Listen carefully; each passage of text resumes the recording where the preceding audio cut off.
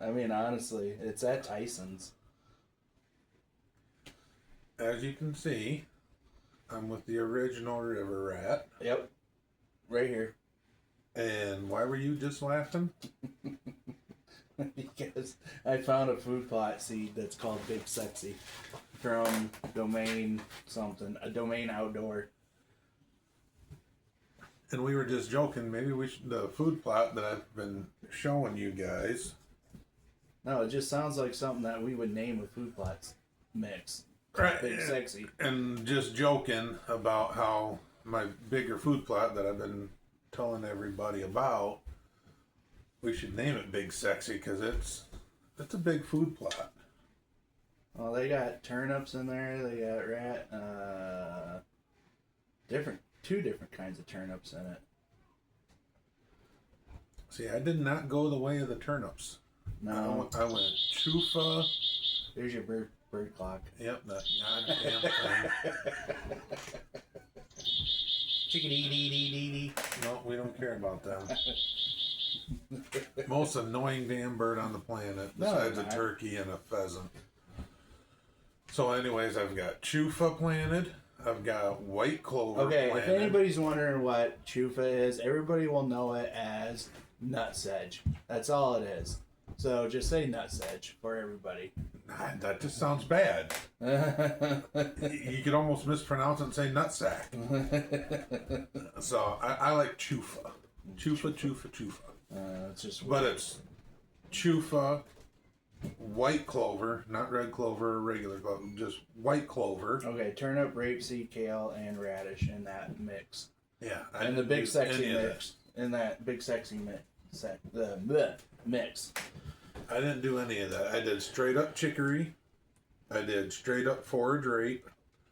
I did straight up white clover only.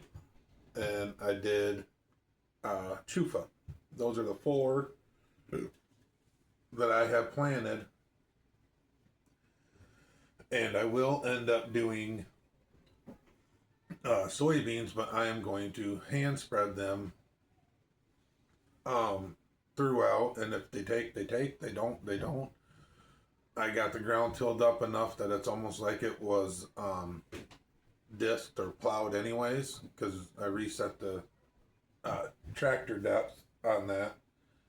And did you get another bolt in on that 3-point thing so the sucker wouldn't keep? No, I had David help me that when it would just rattle loose a little bit, he would jump on and tighten it right back down. But one thing I didn't mention last night when doing this, though, before we jump into what we're actually going to do. Hey. Here's a nice mix for called Dirty Bird. Yeah, read what's in it.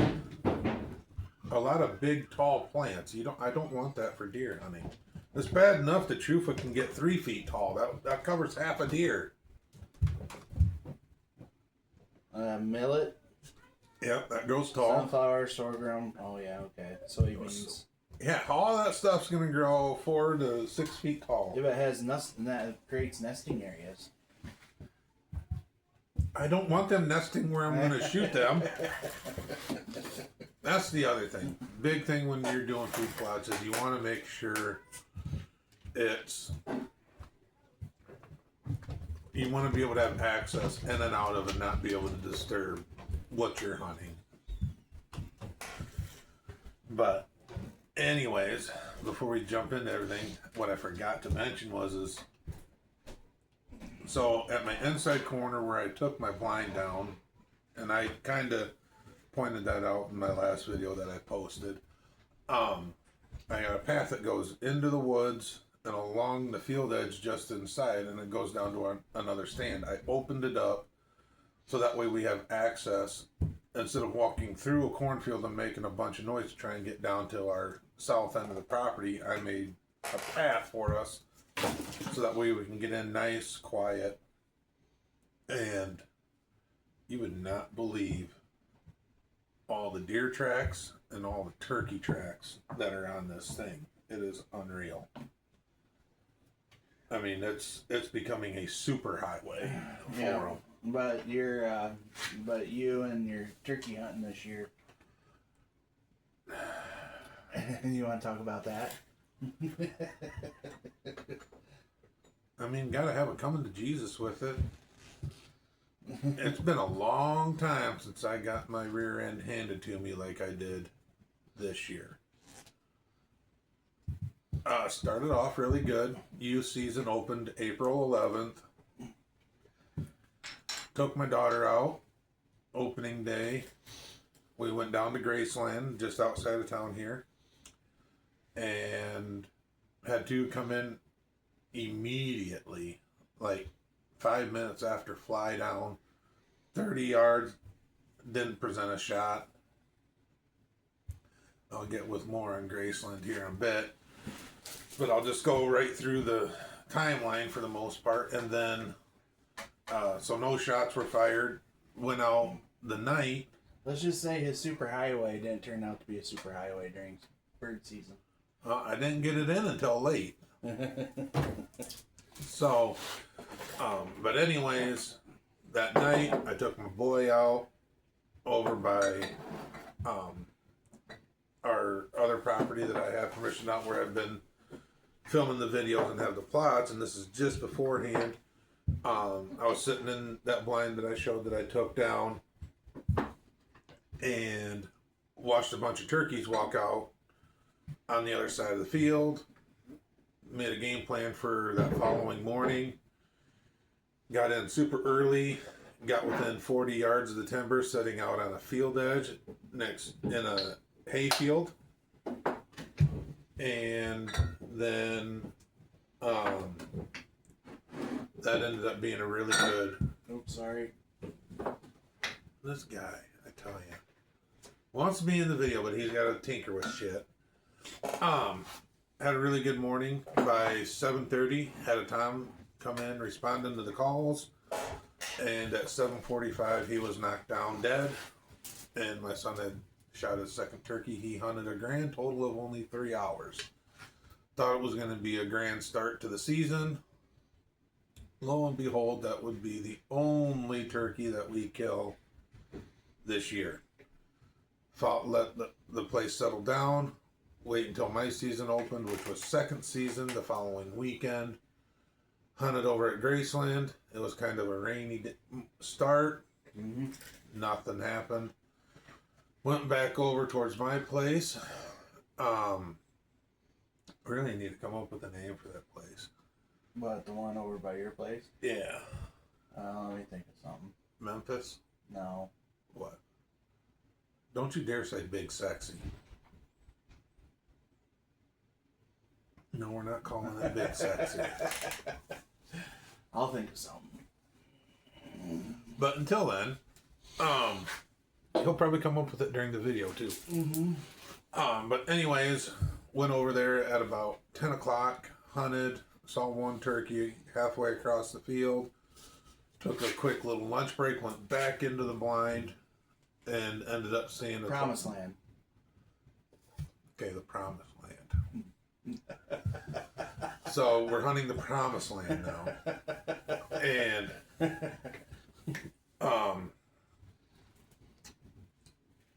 end up getting back in the blind about 12:30, and just had a few turkeys come out. Ended up seeing a grand total of like 8 or 9. Nothing even remotely close to shoot. And went out the following morning, had them talking, and just nothing wanted to commit to calls, none of that stuff. So, and that's kind of the way second season went. Third season came, hunted with a buddy of mine that I used to work with over by his place. Had turkeys coming in, just, I didn't have a tag, so it wasn't my hunt. I was just a caller, and I let him, when I'm doing something like that, I let the hunter make the decisions. And twice we ended up getting up just a little too early, and actually had times coming in silent, and ended up busting them both times. So no turkeys killed during third season, and also I took my daughter out twice over on the promised land and would get them talking, but just nothing would ever commit. They were heading up pretty good over there. Fourth season rolls around, end up getting permission to hunt Graceland for fourth season. Get out there and see turkeys and all that other stuff. If you want to go off and take that, you can. All right. So I'm hunting Graceland. He's got a phone call he's got to take. But anyways, hunting it one morning, and not a whole lot happens. We end up just hearing them, nothing, and then I'm like, okay, do the smart thing, let it settle down, and went back out the following weekend because I had 3 weekends for fourth season to hunt. So I go out the middle weekend and got them talking really good. Got my daughter with me and got 2 big toms working the script just perfect, and they get hung up at about 60 yards, just strutting and gobbling their head off. So I'm like, okay. And then a third time started coming in, and they got a little territorial and ended up going away. So I'm assuming there had to have been a hen somewhere in the area that was in heat. So nothing was killed then. Went out the very next day and got my buddy Jordan and his daughter. We're out there hunting, and it's a windy day. I'm talking wind gusts 40, 45. Well, we don't hear our first turkey gobble out there until almost 7:30 in the morning. So he's like, go kill one of those turkeys. Take my scoot and shoot and go do that. I'm like, okay, whatever. I get 60 yards behind the blind, and I let out just a little yelp, and these turkeys were coming in. So I get set up, wait, and I see this head coming. I could tell it's a tom, nice red, white, blue head, you know, the whole caboodle. He's coming in, and he just hangs up 60 yards, just out of gun range. I'm like, damn it. So then he kind of just walks off, get over. I'm like, okay, I'm going to wait. I mean, they're still gobbling their heads off. So I get on top of the little ridge over by the ridge stand where they put all the apple trees. Oh, you're over that. Right? Yep. Okay. Get up on that ridge, start calling, and one hammers 60 yards in front of me. Can't see him, nothing. Well, there's nothing but a big, huge brush pile blocking this turkey's straight on path. I'm like, oh, all right, well, maybe I can draw him around. Well, next thing I hear the chirp, chirp, chirp, chirp. I hear the hens. I'm like, oh, this guy ain't going to leave his hens. He's gobbling his head off. So I start trying to work the hens, and the hens just don't get excited at all. I'm like, damn it. So that hunt came to an end. So comes down to the final season, final day. Get out there, hunting Graceland again. Turkeys are firing off. We've got one literally. We ended up getting a little too close that we didn't even realize it. Okay, it snuck in too good. I'm a big believer, don't break the 150-yard barrier when roosting turkeys. Definitely don't break the 100-yard barrier. Well, we broke both of them. We were within 50 yards of a hammer and tom, and he flew off the other direction. I'm like, damn it. Turkey's still gobbling all over. Get out. We do a little moving, and they all ended up wanting to be across the river. They'd come as closest to the edge, but would never commit to flying across. So that was kind of a end deal on that. So then we go over to the promised land, and I'm at this point, I'm so frustrated and everything with what's going on. We get over the promised land. Guess what we see in the hayfield? We see a lone Tom, all colored, out cruising. Perfect scenario for a scoot and shoot, right? I'm like, all right, I'm going to do this. Get down, get going. Find a little divot in the hill. Use that to my advantage. I get down. I prop the little scoot and shoot deal up. I'm like, okay. I thought I could hear him. So I bring the gun over to the right side. And as I did, I heard the one little thing you never want to hear turkey hunting. I heard that high-pitched puck. I'm like, what? And I peek out. He's running the other way. He must have caught a glimpse of my gun barrel coming out from behind the fan. Something. But he was at... I couldn't see him. But I think he could see me. One of them scenarios. And by the time I could actually see him, he was already past the mark. I didn't want to fling a shot because 250 yards away, 300 yards was a house. I never shoot toward houses. I don't care if it's bird shot or not. I'm not risking it. So then, me and the guy that I'm hunting with, I take him around, show him what I've done with the food plots and everything. And so we start walking my new path along the field edge down to the south side. We get down to where I know where all the turkeys like to come through because it's the path of least resistance in that general area. And we get down there. Now, I'm not expecting nothing. I mean, we're being quiet walking, but we're talking in a high whisper. And I'm like, I'm going to try the box call. I try the box call. I do the yelp deal. As hard as a turkey could ever gobbles less than 100 yards away. And we're like, ooh, kind of got our jollies off there for a second hearing that. Because it's 11 o'clock in the afternoon, the golden hour during this time frame. I'm like, all right, he does it again. We'll set up. Mistake number one. I can do the old yelp on the box call. Boom! He hammers again. Now a second one joined in to our left on the neighbors. I'm like, ooh.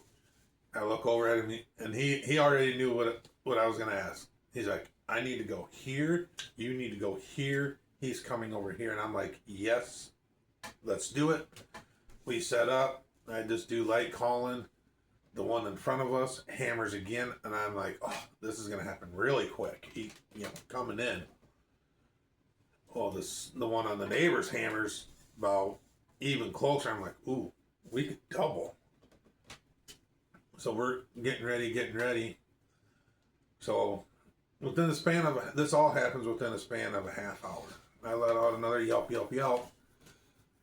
Well, the one in front of us doesn't say anything. So I'm like, oh crap, he's close. The one to my left on the neighbors hammers under 60 yards away. I'm like, oh Nelly. And I'm like, okay. And I'm standing inside brush that comes up to right here on me. I've got an opening this big to see through on my path that goes out to the field. I'm like, well, turkeys don't like coming down hills, right? You can call them up hills, but you can't call them down hills.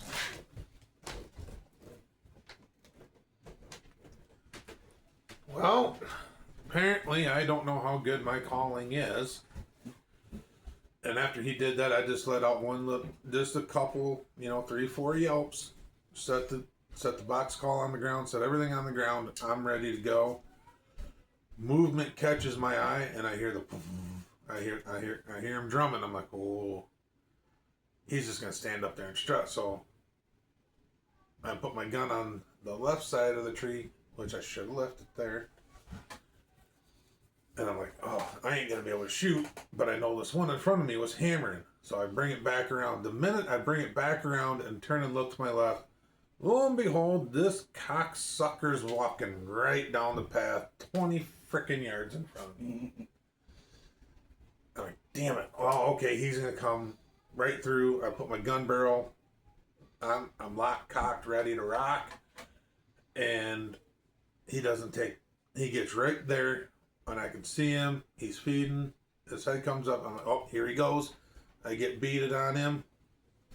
And I'm like, why did he stop? I'm trying to figure this out, and I can't figure it out. I don't know if he sees the other guy. I don't know what's going on. We're in the shadows, and when I look back, I mean, it would be hard for me to see, but maybe a turkey saw something. I don't know.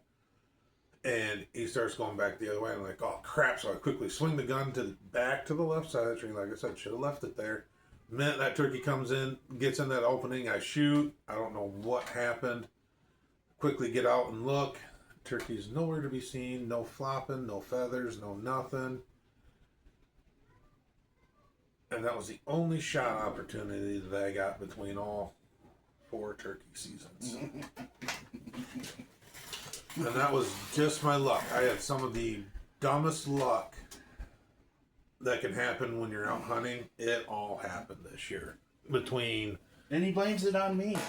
I didn't blame nothing. And he blames it on me because when I go out with him, turkeys show up. Then there's shot opportunities. Okay, you want to put it that way? Yeah, because you didn't go this year, we didn't kill turkeys. He blames it on me. Good luck charm right here. Mm-hmm. He's always said that I know turkeys. I just can't call worth a damn. Yeah.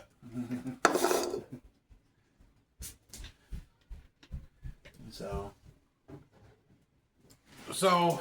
that's kind of a wrap on turkey season. And because what happened right before you season happened? 2 of the biggest freaking toms. And I didn't even really call to them. Oh yeah, you did. Oh no, I didn't. If you want somebody to test out a freaking call, doesn't matter if it's a box call, slate call, mouth call, give it to this guy. He'll wear it out and be like, it's okay. I mean, I did wear out my one mouth call when trying to get those ones when I was trying to scoot and shoot. I did wear that mouth call out. Yeah. He'll wear it out. It doesn't matter. He'll put a crack in your slate call before and be like, it's alright. I haven't cracked the one you built yet. And, yeah. You want a guy to test out a mouth call, just send it to Colin. Colin will test it out till it freaking can't even chirp no more. Yeah, I mean, the mouth call shot. I mean, it's way too flimsy. I stretched the crap out of it. It's shot. Yeah. But that, like I said, that was this turkey season. I'm just glad one of my kids was able to fill a tag. Now I'm full blown. He's like, I'm not going turkey hunting no more. No, I'm going. The kids out. I'm just gonna take you out. I'll just take whoever out. I'm done. I pretty much am. I'm going to buy one tag for the state of Iowa next year. And You'll get 2. The hell? You'll get 2. If I get 2, it's because I got a Nebraska tag. If I get 2, You'll get 2. No. Yep. I am hell-bent. I'm saying it now. And I will not be buying a 4th season tag next year. I am only buying a 1st season tag because I have come to notice over the years. 2nd season. You'll get 2nd season. No, I am buying 1st season because that is the only consistent season in Iowa to hunt turkeys. I over the last 5 years, I've sat down and looked at everything, how everything's gone. Over the last 5 years, that has been the most consistent season to be able to chase and have the best opportunity to kill a bird. Now, some people will say, "Oh, you don't do it right," yada yada yada. It don't matter. I'm going off of where I can hunt and what they do in my area, and for the last 5 years, it has been most consistent first season and youth. Now, first season we'll probably do a lot more freaking crappie fishing. Oh, I won't be. I'm going to be chasing turkeys, and then Fourth season? Oh, fourth season, I'm fishing in deer hunting mode by then. By April 20th, I'm going to be full blown deer mode. I'll be crappie fishing. So. Oh, I will be too, but. And the hell with walleyes. I'm done with those fuckers. Oh no. This year for walleye fishing, shit. Complete shit. You ain't going to the right spots. We'll go do some walleye fishing. We'll catch some walleyes. Don't you worry about that. All right. Well, we need to go with Doty. Doty knows where they're at. No, you're gonna go with me. We're gonna go with Doty. No. Yeah. Doty ain't gonna get out. He's too busy. Doty went fishing. You really think he's gonna give up his spots? You're crazy. I've known that guy for over 20 years. He still won't tell me all of his good spots. He tells me his mediocre spots. I don't blame him. I don't blame the guy for that. I really don't. But we'll find his spots. You're on the cedar. I got spots.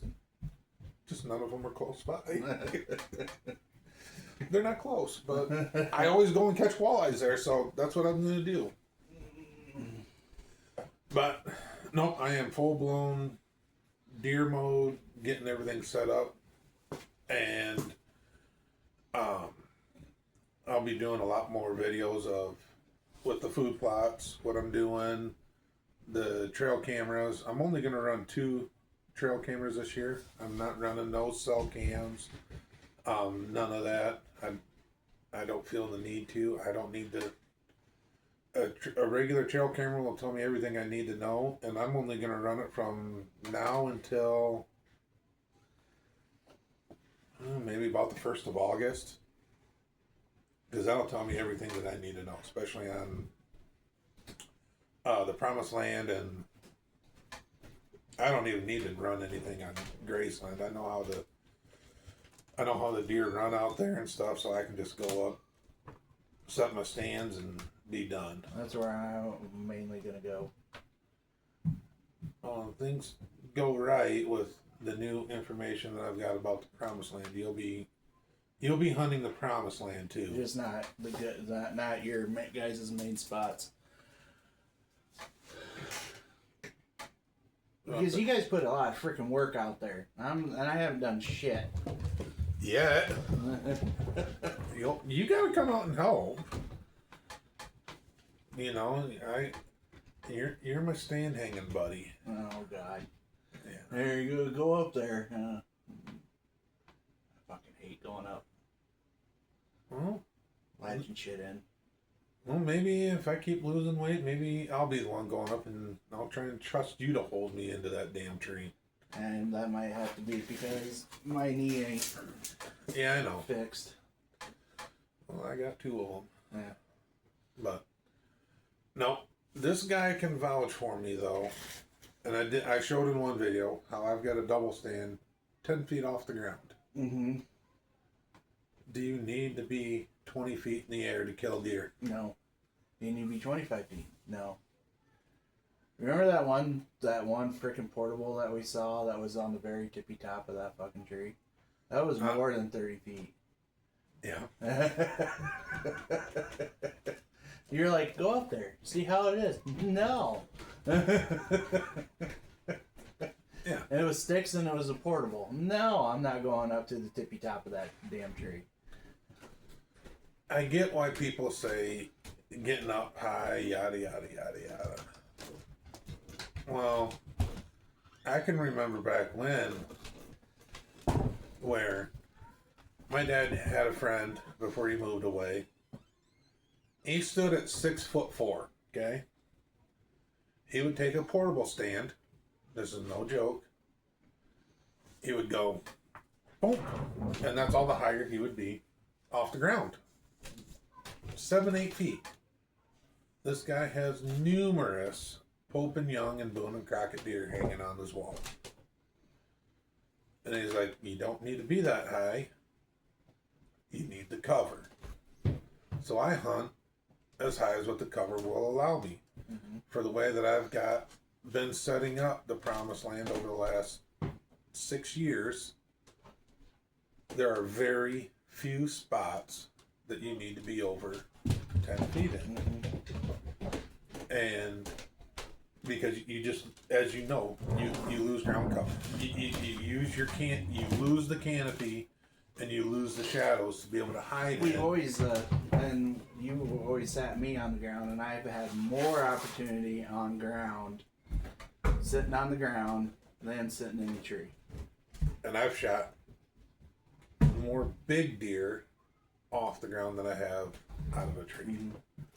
All of my big bucks I have shot, gun or bow, have been on the ground. Yep. And if you go old school, keep it simple, I said that in a video, keep things simple and you will be successful. Play the wind, stay covered, you're going to be successful. I should get some red flannel and blue jeans. Like they used to. It's green flannel. They used the green and black flannel. Well, whatever. Red, green, whatever. And some blue jeans. And just sit there. Not blue jeans, you gotta go khaki. Or black. Well, they used to have blue jeans. They were gun hunters.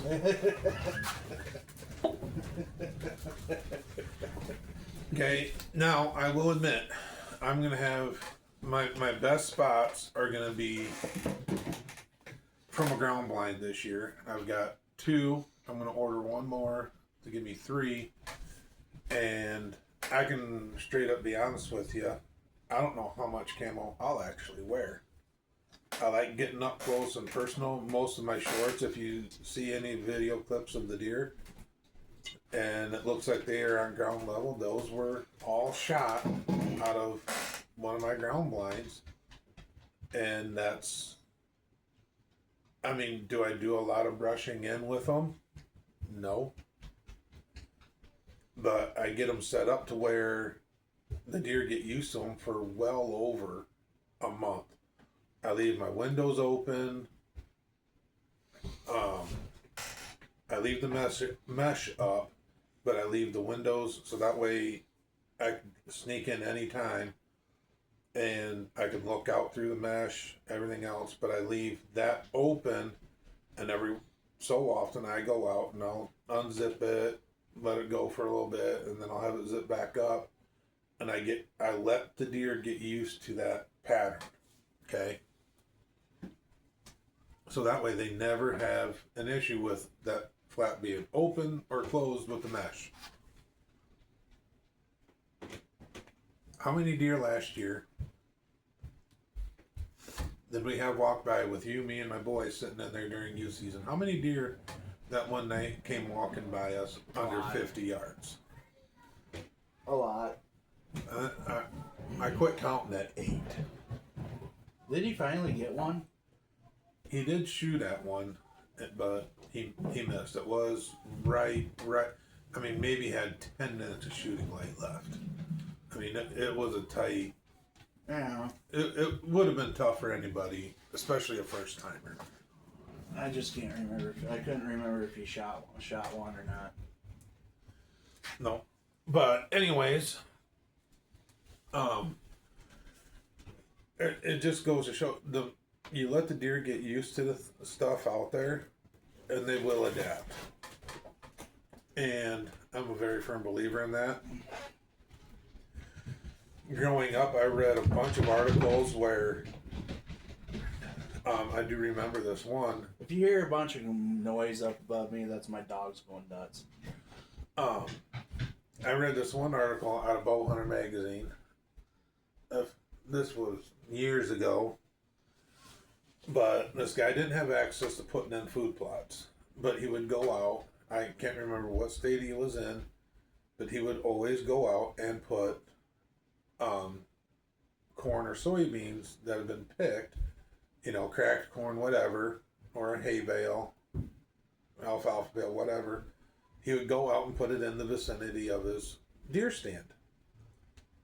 And every time he made sure to wear this one certain cologne when he went and did it. The deer associated that with food. Well, this goes against everything that nowadays that people say about all the scent control, ozonics, and everything else. Well, this guy, and everything else. the deer associated that, so he would, instead of spraying cover scents on, he would spray his cologne on and smell nice and pretty. Walk out to his stand, but it was always one that he, when he brought the food for him, whether it be the soybeans, corn, alfalfa, whatever it was. And when they would smell that, and he didn't give two shits about the wind, deer would come in and this guy would shoot big bucks all the time. Just the deer associated that smell with food. And that's something to kind of learn off of is you can do things like that to a degree. But you gotta, deer are very, I don't know how to say it. They're not really predictable or they're easy to manipulate. They adapt easily. All that. That's kind of the reason why you do the whole vanilla spray. Yes, I'm very, very, very big on vanilla because deer love that smell. That's what I use as a cover scent all the time.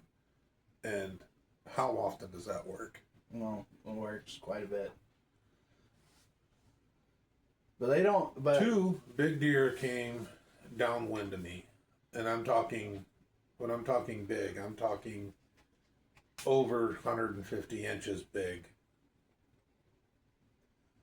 downwind and coming right to me. One of the deer that I, like I've said before, that I'm not proud of, that I hit and was unable to find because I ended up hitting him in the shoulder. I was 10 feet off the ground, had vanilla sprayed on me, but I had the cover that would cover me and walked through the field right to me 15 yards. So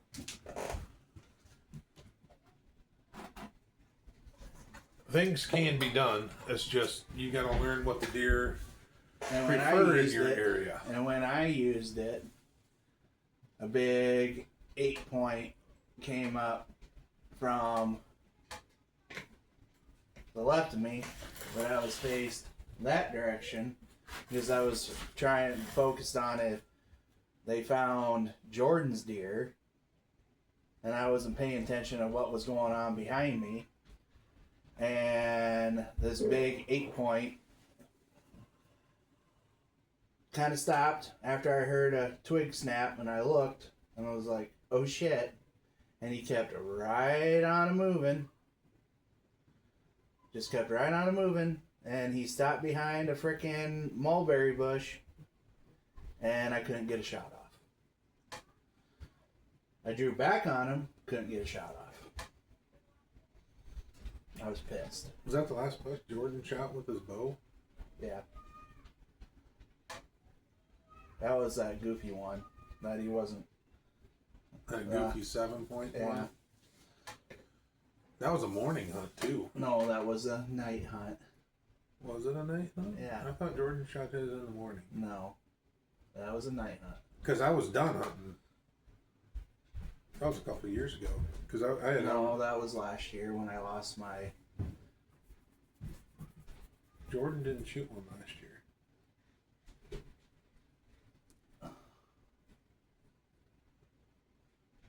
Maybe it was a couple years ago. It was that same night that I lost my phone out there in the woods. And we had to use Life 360 to find it. Jordan walked out there with me. Yeah, that wasn't last year. That was the year before. Okay. I know where you're talking now. Yep. Yeah. I mean last year. Yeah, that was a couple years ago. Last year I shot mine. With, with a muzzleloader. Yeah, you only muzzleloader hunted last year, and like bow hunted only a couple times. Yeah, because of my eyesight. Yeah. Oh, by the way, so I did get my eyesight. Got the surgery done. Now I have been without a contact for almost 5 months now, and I have to drop $500 on one freaking contact. Not a pair, single. Just a single. I am pissed about that, but it is what it is. So, but because of that, yours truly here. Yep. Will be in a bow stand this year. Yep. He will be bow hunting. And I did put the bug in his ear, and this is something new too. For 2026, I'm going to be working on doing a Nebraska spring turkey hunt with a bow, a archery deer hunt with a bow, and if the good Lord helps me, I can hopefully get a rifle tag too for Nebraska. Then it's to hunt one of the farthest east herds of mule deer in Nebraska. We're talking 45 minutes just west of Sioux City, Omaha area, 45 minutes away, to be able to hunt mule deer, whitetails, and Merriams. So, working on that, and that's would be through a good family friend of ours that owns ground out there. And it's an area that I have previously hunted through an outfitter, so I do know the quality of deer and turkeys out there, and they are as thick as they are around here. Yeah.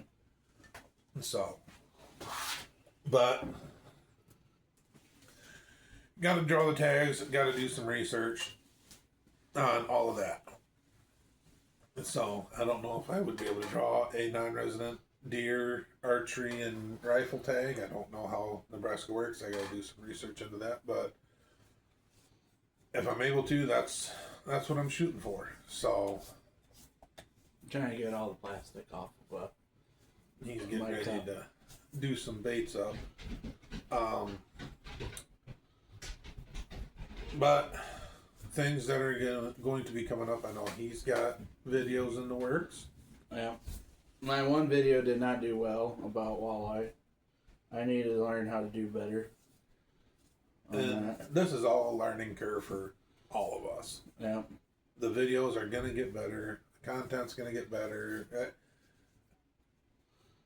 We're going to make a good effort to be able to do these right and make them fun and entertaining and maybe even a little informational too. Who knows?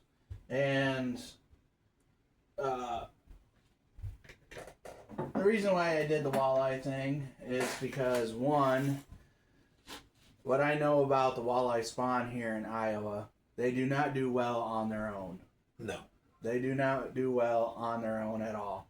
That's why the hatcheries are huge and getting walleye in the lakes and rivers around here. Yeah, there's reasoning for that. But people think that if you catch a trophy female walleye, they think that if you release it, that female will spawn and there will be good genetics in the water.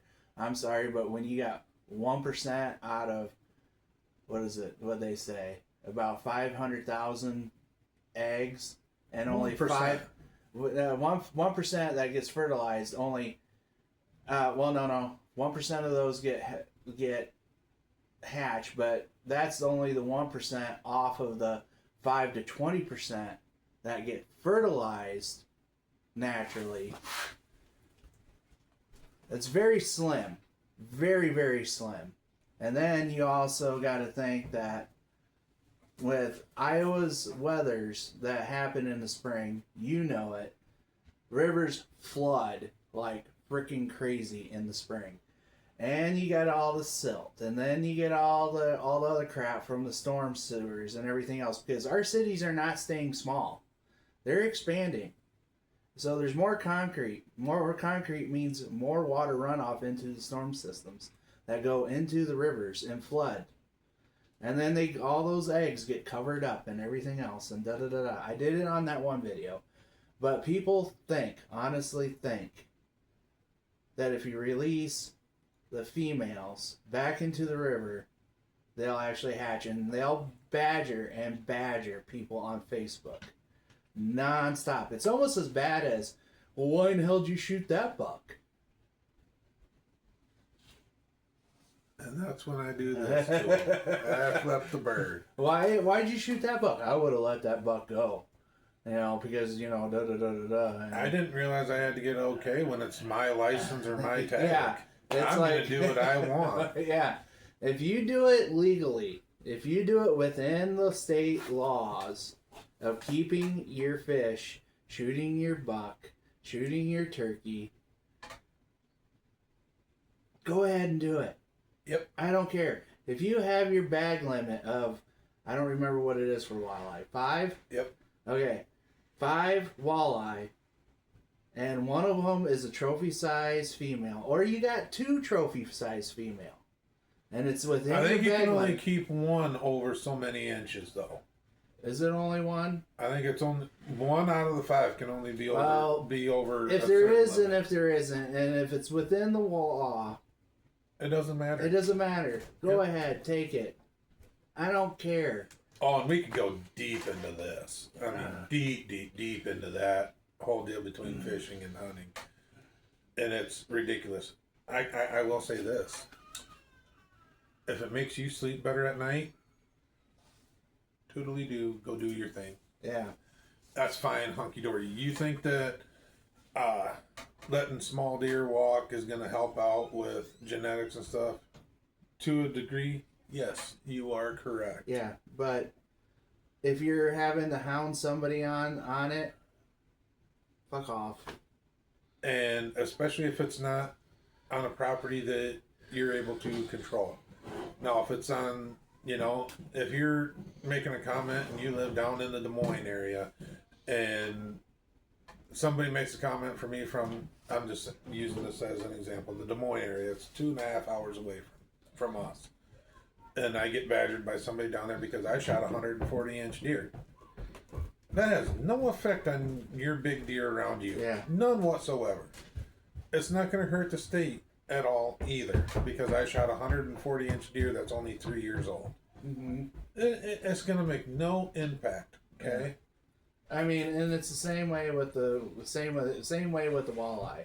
If you catch your freaking trophy size female, and that person chooses to keep that fish and get it skin mounted, which I'll admit doesn't look as good as a replica, I'll agree. But if that person chooses to do so and fillet that sucker up and throw it in some grease, let them do it. Because you do not know if that person only has 1 or 2 weekends, 3, whatever, times to go out and fish, because he has to go support his baby mama and all his kids because he has to work 2-3 jobs. Exactly. And Ted Nugent says it best. Look at that guy. Look at all the ground he owns. Look at all the different animals that guy shoots. Yeah. And I've heard him say it, if the spike is what you want to shoot, God bless you. Put him in the back of the truck, take him home and eat him up. Yeah. You do not have any say on what Yeah. I feel like I'm going to shoot. Yeah. Now, if we didn't have the fisheries for walleye and the DNR doing their thing with their gill netting and hatching them out at the fisheries, then yes, I would say. But that's the only reason why there's walleye in Iowa for the most part. It's the only reason why there is walleye in Iowa for the most part, because of the the Iowa DNR fish hatcheries. And people cannot wrap their freaking head about it. They have a more successful They're hatch keyboard rate. warriors. They're the keyboard warriors. They know all. They know all. Fat electrician. Huh. And he's in one of the best areas for fishing. Yeah. One of the best. Yeah. And but I mean, there's a more successful hatch rate in the fisheries because they can control what's happening in that fish hatchery. The people just they don't understand. It's kind of like Homer and Bart's system. Exactly. I mean, and the thing of it is, it's all the animal activist groups see that and they feed off of it. Oh yeah, oh yeah. And you know, PETA's the biggest one, and you know what? I can't stress this enough. We really need to stop with hounding each other and we bashing each other. We need to start congratulating, and if you can't say nothing nice, don't say nothing. Well, not only that, but we also have people, and if people haven't found this out yet, but we have people in the legislature, and I'm not going to say if it's Republicans or the Democrats. We already know who it is. He's already going. He's going political. Oh shit! No. I'm not saying. To a degree, he's going political. Yes. Watch out. We almost had, what was it? 1.5 million acres, almost getting sold off for privatization because we could not afford it. Well, I'm sorry. No. That's our ground. That's our freaking ground. So we already have people in the legislature trying to take our lands away. We have people from all these activist groups trying to put in laws so that to restrict what we can and cannot do for hunting and fishing, trapping, whatever. And it's already happening in some other states. And if you don't think it's going to happen into your state, think again. It will. But the other thing is, it goes the old country song saying, a country boy can survive. Mm-hmm. Well, guess what? They're trying to eliminate that because they want everybody to be dependent on the government. Yep. And don't like it. But I don't like getting political on this. I don't. He might on his channel, and me on my hand. I'm far one direction as I'm hinting this way. I am so far that way. But the thing of it is I don't like doing it. I don't care because my political stance is the Sportsman's Party. All conservation. All conservation. Like I said, I'm not saying which way I am, but I like my guns. I believe in God, and anything that benefits me should be able to benefit everybody else, and that's where I stand. Mine is God, guns, conservation, hunting, fishing. But hunting, fishing. Yep. That's what God, guns, hunting, and fishing. That's where I stand. Sportsman's Party. Yep. You try and take my public lands away, oh, there's a battle. He'll do it too.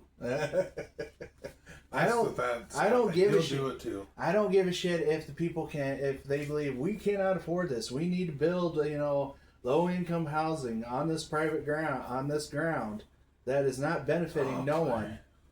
I don't give a fuck. Leave it alone. It's our ground.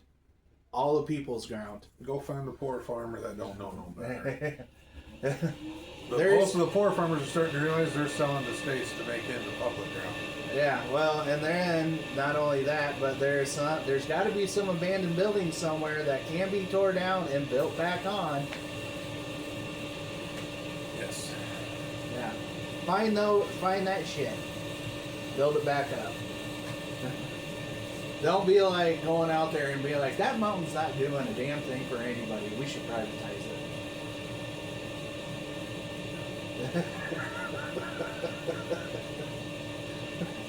You don't even want to get me started because I can go so far one way that I'll just say this.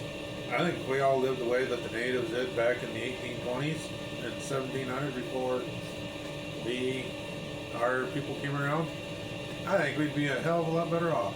I'm just going to leave it off at that, but you know what? I don't care. Let's just quit badgering people. That's what it boils down to. We already have the Karens out there that's saying that we can't throw towards their docks and boats, even though they don't own the water. Yeah. They don't own the water. But please be respectful of other people's docks and boats. Don't be throwing their freaking lures on there. Get as close as you can. There's no reason to be banging the boats or banging the docks. We got to be more respectful. Yeah. And not doing it just because we can. We got to use common sense. Yeah. And like I've said in my videos, if you use common sense, keep things simple, you're going to be successful. Yeah. Those two equal three. Mm-hmm. Now, if you come across a Karen saying that they own that river, that part of the river, just flip her to the bird and keep on going. Don't even try and get into an argument. Yeah. There's plenty of other fish around that don't matter. Yep. Just save yourself the headache and go. Just keep on going. Just keep on going. Same way if it's a landowner that's saying that, you know, oh, you can't hunt my fence line. Just be respectful. Yep. Know who your landowners are and just don't put yourself in a situation like that. No deer, no turkey, no nothing is worth the headache. Yep. It really isn't. So, But, alright. until the next one, I do want to say this though. Are we still doing the giveaway around the 4th of July? Try to. Yep. We will definitely do something special if you can help get Wapsie River rat hunting to 100 subscribers. Definitely do something nice. But you gotta like, subscribe, comment, hit the notification bell to be able to do it. And every 100 or whatever, depending on how quickly we can get this to grow, we will always up the ante a little bit. Mm-hmm. And my channel, if we can get it up to 500, I'll be definitely doing some giveaways for some lures, maybe even a bait box. Plain old bait box and with some lures, jig heads and whatnot, and I'll get it sent off to you. And if you're a hunter, maybe we can do some calls or something. We'll be able to iron all that out here as the time goes on. We'll know more in the next few weeks. But please help us grow, both of us. The Wapsie River rat fishing, Wapsie River rat hunting. Yep. And until the next one, guys, be safe, hunt hard, and have fun. Want to add anything? Yeah, just well, I think we already said it. Apparently not. So until the next one, guys. We'll see you.